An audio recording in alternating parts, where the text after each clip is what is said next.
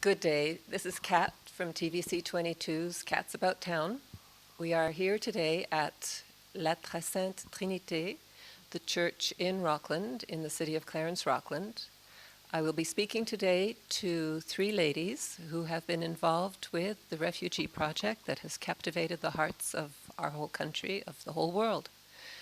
The ladies in question are Donna Poupard, Beth Greenwood, hi, and Hélène Poulin.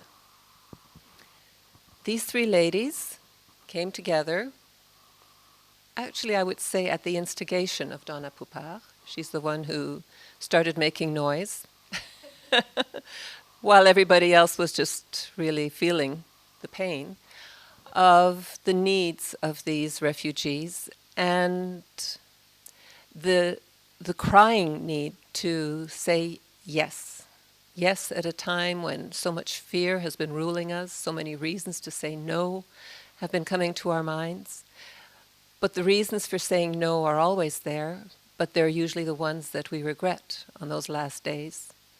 And as we all know, those last days could be any day.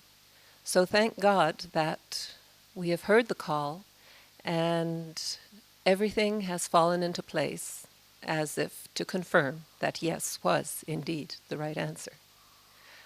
What got you started on this project? Well, actually, it was this picture, this famous picture, that it really captured my attention. It was after a time that I was thinking about what was happening, seeing the images on TV, being upset by them, not knowing, feeling alone, that there was nothing I could do, but feeling the pain of their suffering. And when I saw this picture, it was just too much. It was just, I couldn't couldn't stand still. No, I had to do something. And what was it that you did? Well, I came to my parish. I've been a parishioner and a resident of Rockland for 43 years. I know my parish. I know the people of the parish, and I know the talents, and I know the heart of the parish. And I was convinced that something could be done. But I didn't know how to go about it. And so this is where I came into contact with these two ladies, Beth and Hélène, who were already acquainted on Facebook. And I contacted somebody here at church, and I just said, has anybody come forward to do something? Are we going to do something? And Hélène had already contacted our parish. She's not a parishioner, but she had contacted the parish to see what was going to be done. And so this person at the church put us together. And that's how the three of us came together over a coffee on a Saturday afternoon. We got together, we were enthusiastic, we were of the same heart. We didn't know each other, we're very different women, but that brought us together. And we left that coffee meeting thinking lots of enthusiasm about where do we go now. How long ago was that? That was in September. September 29th. September 29th, so you've moved very quickly because we're Yes. here December 6th. Once the parish became involved, things really started rolling along. Have you ever done anything like this before? No, Mobilize a group of people? no, around a project? not in this scope, no. It's amazing what we can do that we don't know we can do, right? It is, because I never would have thought it would have come together like this, but everyone is so generous and willing to help. Now, Hélène, you mentioned, or I should say Donna mentioned, that you're not from the parish, but you had contacted the parish. Why did you contact the parish? Because I knew that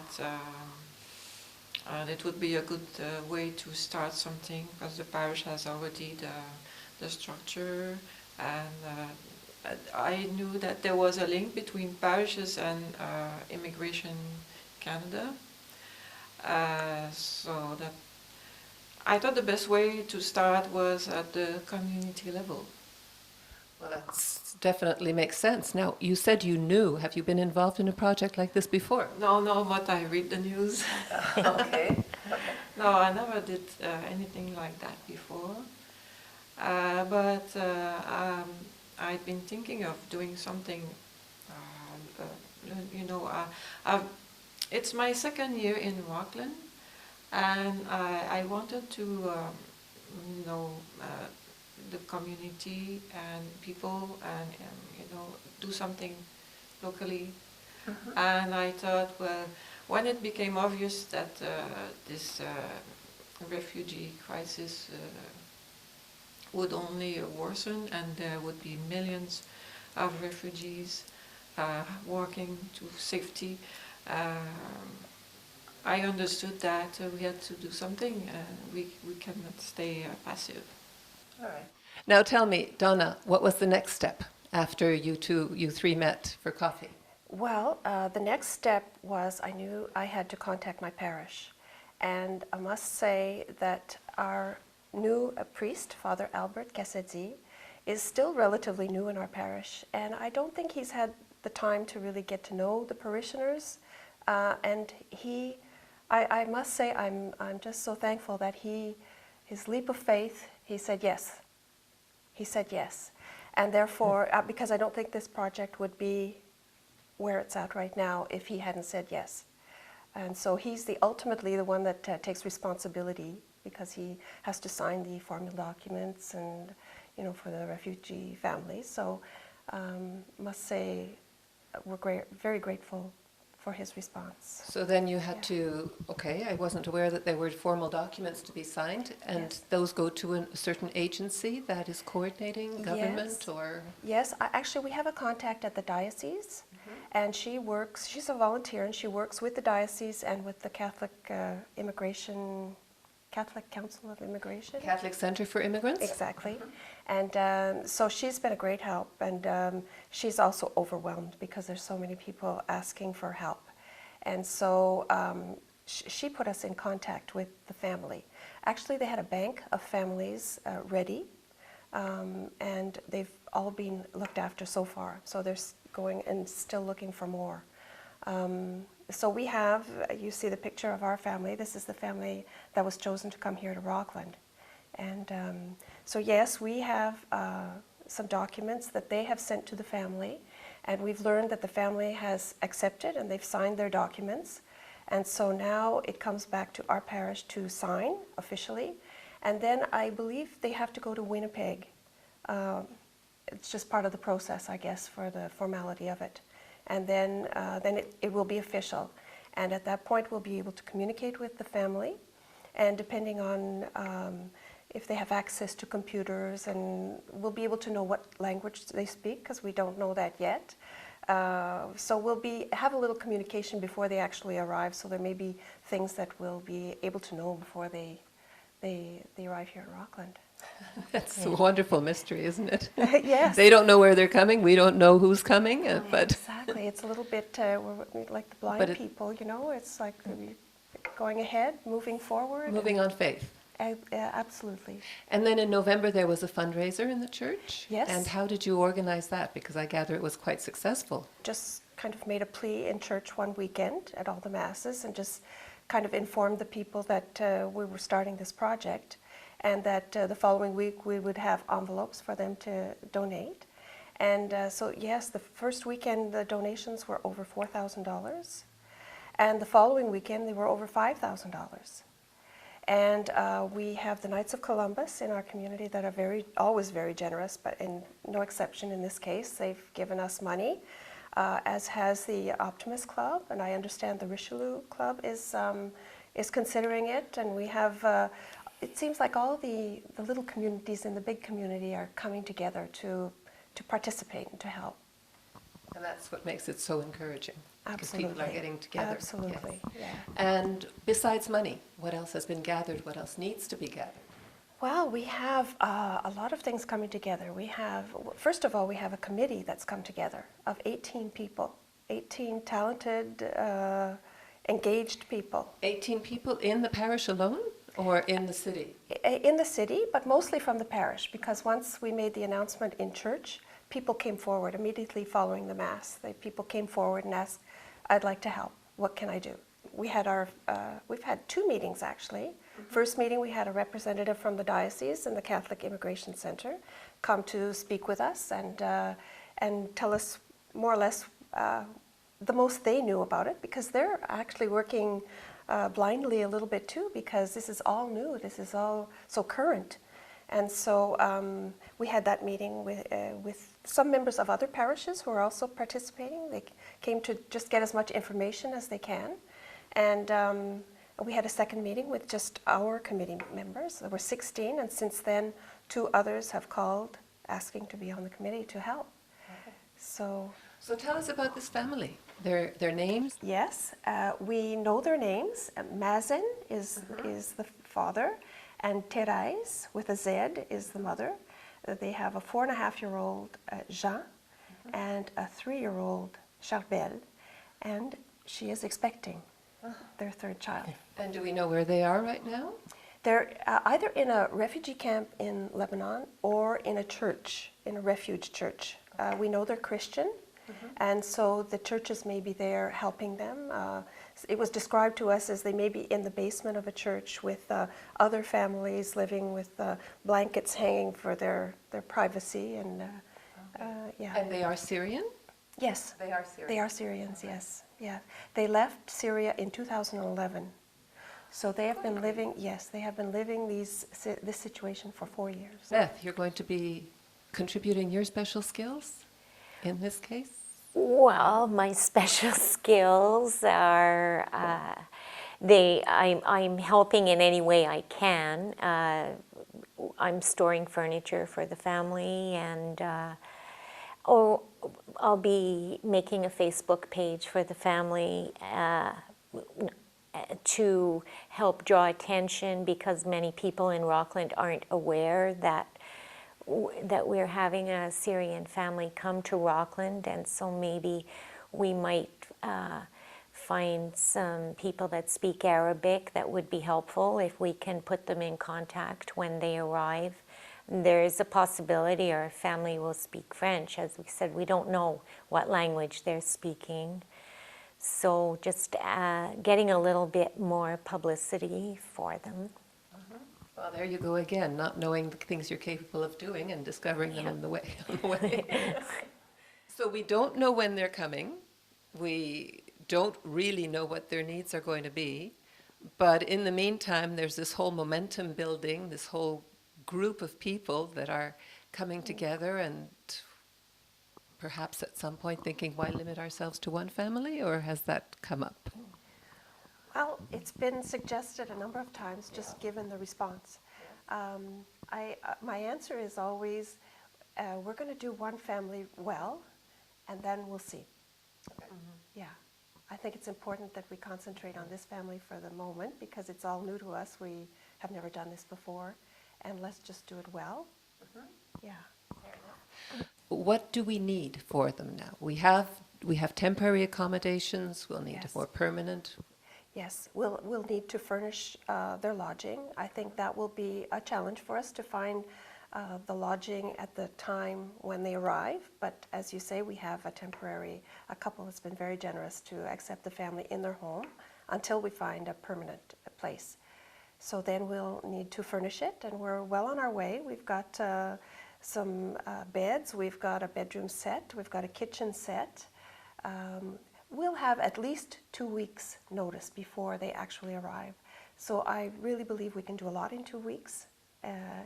Without doubt. Yeah, so I'm not really, it's hard to say what we need exactly now. We could go into the toasters and the, appliances, but I think that will come together. I'm confident it will come together in those 2 weeks, maybe prior to when they arrive. We have to raise $25,000 to support them for a year, and we've already surpassed 16,000. So we're still on the climb for that. But we don't need it right away. So that's why we're planning the fundraising, in hopes. We're not really in a rush because we're going to be giving the family a check every month. So with $16,000 right now, we're good for 6 months. And so we have that time to prepare well some good fundraising events. Well, this is interesting. So then I suppose that goal of 25,000, that's set by the government. Yes. And you're saying we do not have to meet it before they arrive? No. No. We have to. We have a commitment to support them for a year, and they figure that it'll be $25,000 for the year.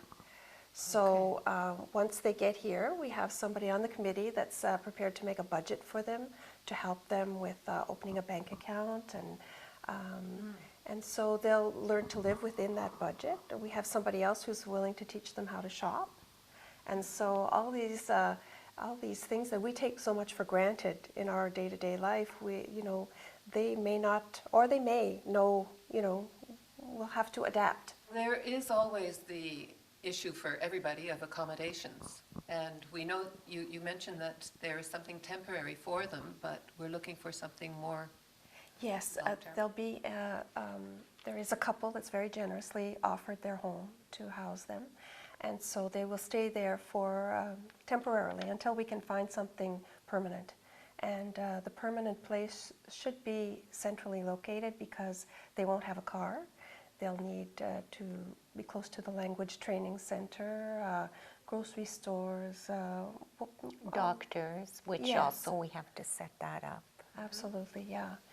And so we have people on the committee that are looking into that, but just if there's anybody that knows of a place that's coming up for rent sometime in the springtime, we're not going to ask anybody to hold on to it until then, but I'm just confident things will fall into place. That's right. The timing is still uncertain right now. Yes, yes. But these things do come together. So the word is out now in the community, and people can keep their eyes and ears open. Thank you. For a home for mom and dad and 2 little kids and baby. 2.5, yeah. Do we know if they have any marketable skills? All we know is Well, that... I guess we're talking about the father, Mazen. Yes, because she's a stay-at-home mother, and he has a little bit of woodworking skills. Perfect here. Yes, exactly. And right now, he says he's working currently as a janitor. So this must be where they're living. I'm just guessing, but so we're thinking there's lots of possibility in Rockland for employment, I think. Oh, absolutely. And, well, this is all tremendously encouraging. We've got people from the parish coming together, drawing in people from outside the parish to bring in a family from somewhere else in the world. And it's a beautiful maelstrom of goodwill. Yes. And there's no doubt but that it's going to succeed. And look at all these smiling people that finally, yes. It makes me think yes, of we can. somebody was talking about the wave, and it's like the wave that brought this little body onto the beach continues on to Greece, where on the Facebook page of the parish, there's a little video, and it shows this group of, their name is Samaritan's Purse. They're there greeting wonderful the people. organization. And it's just amazing to see that these families are traveling over these rough waters, arriving on these rocky beaches, and the people are there to greet them, to help them. They actually dive into the water to go and help the boats come to the shore. And they keep them there for as long as they need to kind of acclimatize themselves, and then they've got another long journey. But this wave that comes, and now it's here. And it's all across Canada. I understand there's 30 parishes in Ottawa that are going to be sponsoring the refugee 30 camp. parishes in Ottawa alone. Yes. Yes. Oh my goodness. There is a woman in Ottawa who has been collecting furniture, and she was on the local news last week, and she said she has enough furniture in her home for 50 families. I know. I'm trying to picture the home. Yes. I hope they arrive soon. Wow, that's impressive. That's impressive. So there you go. That's where love and hope overcome fear. Yes. Yes. We can choose to live above our fears. Yes. Yeah. And on that note, I would like to wish you all to look into your hearts and remember, this is a world that we all share, and there's nothing we can do with what we receive other than share it. I wish you well. Until next time, this is Kat from Cats About Town.